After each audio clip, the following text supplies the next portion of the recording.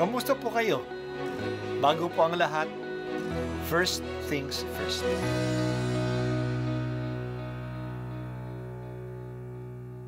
Good morning po.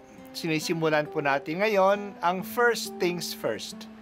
At dito po, tinatalakay natin sa unang bahagi ng umaga natin ay ang first readings na binabasa po sa banal na misa. Ito pong tinatalakay natin kasi madalas po kasi marami na tayong alam tungkol sa gospel readings. Pero konti po ang nagsasalita sa first readings. Pero ang first readings, bahagi din po yan ng Biblia, ng banal na kasulatan. Kaya susubaybayan po natin ang mga first readings, basahin po natin at kuminsan kailangan ng basahin ng 2 o 3 beses bago maintindihan kasi hindi po tayo familiar sa mga istorya at sa mga kaisipan na tinatalakay dito. Ang pagbasa mula sa mga gawa ng mga apostol. Noong mga araw na iyon, minabuti ng mga apostol ng matatanda at ng buong simbahan na pumili ng ilan sa kanila upang suguin sa Antioquia kasama ni Pablo at Bernabe, ang mga pangunahin ng mga kapatid, si Judas na tinatawag na Barsabas at si Silas. Ipinadala nila ang sulat na ganito ang nilalaman.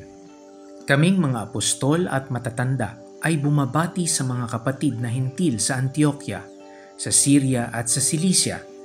Nabalitaan naming ginugulo kayo ng ilang kasamahang galing dini. Bagamat hindi namin sila inutusan, di umano'y binabagabag kayo sa pamamagitan ng kanilang sinasabi, kaya't napagkaisahan naming magpadala sa inyo ng mga sugo. Kasama sila ng ating minamahal na Bernabe at Pablo, na di nag-aatubiling itaya ang kanilang buhay sa paglilingkod sa ating Panginoong Hesukristo.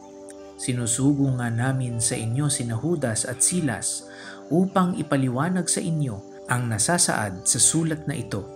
Sa udyok ng Espiritu Santo, ang naging pasya namin ay huwag na kayong atangan ng iba pang pasanin maliban sa mga bagay na talagang kailangan.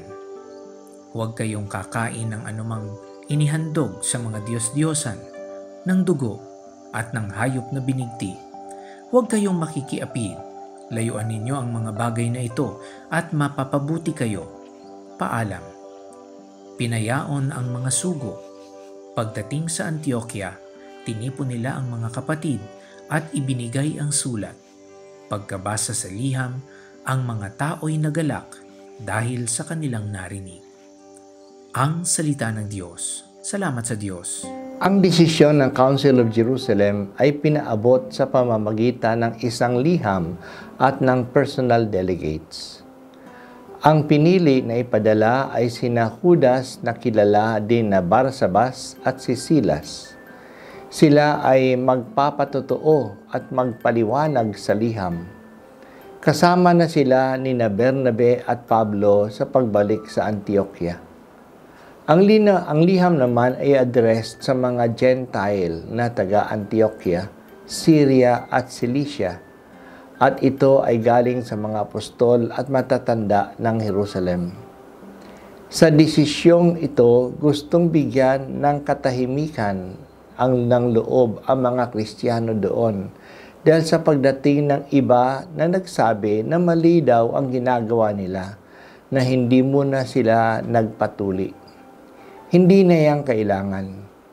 Umiwas na lang sila sa ilang mga gawaing bilang paggalang sa mga Hudyo na kasama nila, tulad ng pag-iwas sa pagkain ng mga inihandog na mga hayop sa mga Diyos-Diyosan, pagkain ng dugo at ng mga hayop na binigti, at iwasan din ang pakikipagapid. Pinatotohanan din sa liham na ito ang good standing ni Bernabe at Pablo sa kanilang misyon. Isang nakakatawag na pansin sa sulat ay ang binanggit sa udyok ng Espiritu Santo. Ang pasya namin ay naniniwala ang simbahan na ang desisyon nila ay ginagabayan ng Espiritu Santo. Hindi lang ito isang desisyon ng mga tao. Malalim ang paniniwala ng simbahan na kanilang kinakalag sa lupa ay kinakalag sa langit, at ang pinahihintulutan nila sa lupa ay pinahihintulutan sa langit. Hanggang ngayon, ganyan po ang paniniwala ng simbahan, lalo na sa mga mahalagang meeting ng mga obispo kasama ng Santo Papa. Ang unang Ecumenical Council, ng ibig sabihin ang pangkalahatang konseho, ay ang Council of Jerusalem. Ang panghuling Ecumenical Council ay ang Second Vatican Council na nangyari noong 1963-1965. Ito ang 21st Ecumenical Council sa loob ng 2,000 years na kasaysayan ng simbahan. Kahit na ang Vatican Council II ay nangyari ng 60 years ago, patuloy pa rin natin isinasabuhay ang mga aral nito. Ina-apply ng Ecumenical Council ang katuruan ni Kristo sa ating panahon, tulad din ng ginawa ng Council of Jerusalem noon. Hindi pa lumabas ng ganoon katindi ang isyu ng mga Gentile at mga Hudyo noong panahon ni Jesus.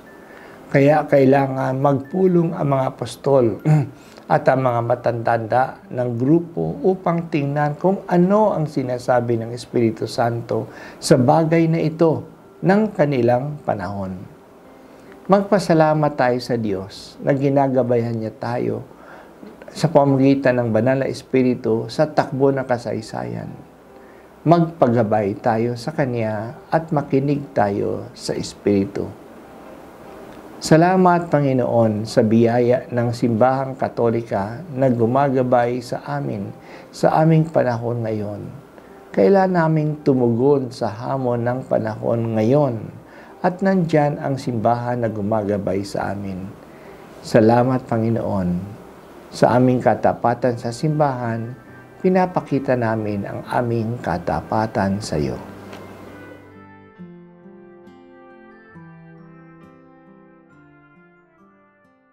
At ako po ay si Bishop Broderick Pabilio dito sa First Things First.